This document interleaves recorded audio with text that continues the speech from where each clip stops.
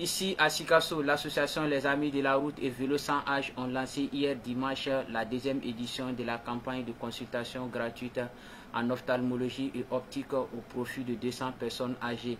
La cérémonie de lancement a eu lieu au CCRF de Sikasso. Suivant l'élément pour plus de précision.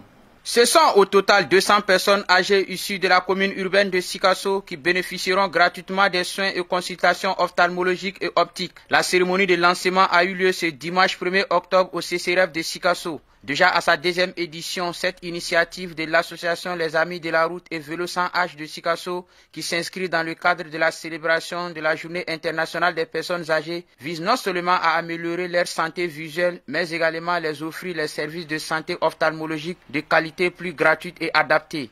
L'objectif de cette activité consiste à aider les plus démunis, les personnes âgées, les anciens combattants, l'association des personnes, les personnes handicapées qui n'ont pas les moyens d'avoir des consultations gratuites, de se consulter, de leur donner une consultation gratuite en ophtalmologie et optique, afin de soulager un peu leur charge. Donc nous souhaitons quand même dans les années à venir élargir sur toute l'étendue du territoire du Mali si nous avions des partenaires qui sont prêts à nous accompagner. Les responsables en charge de la santé dans la région saluent l'initiative et réitèrent leur soutien à accompagner les initiateurs dans l'atteinte de leurs objectifs. Alors mesdames et messieurs, des associations Les Amis de la Route et à Vélo sans âge, nous voulons une société construite sur la solidarité et le partage. Cette action que vous menez montre à suffisance votre engagement dans la chaîne de solidarité pour la santé des personnes âgées en général et des personnes souffrant de troubles visuels en particulier. Vous avez choisi d'aider cette couche vulnérable de la société en donnant des offres de soins oculaires à 200 personnes âgées. C'est une action noble, salvatrice, qui mérite d'être soutenue.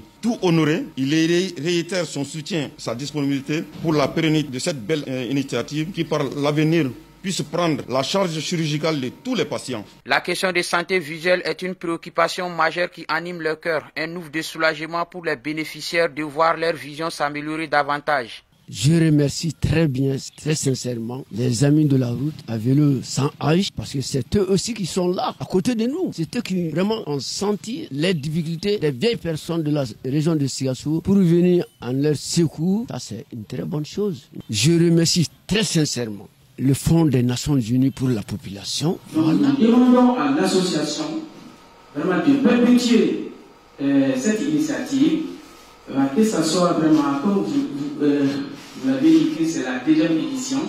Donc nous souhaiterons que ça continue vraiment chaque année.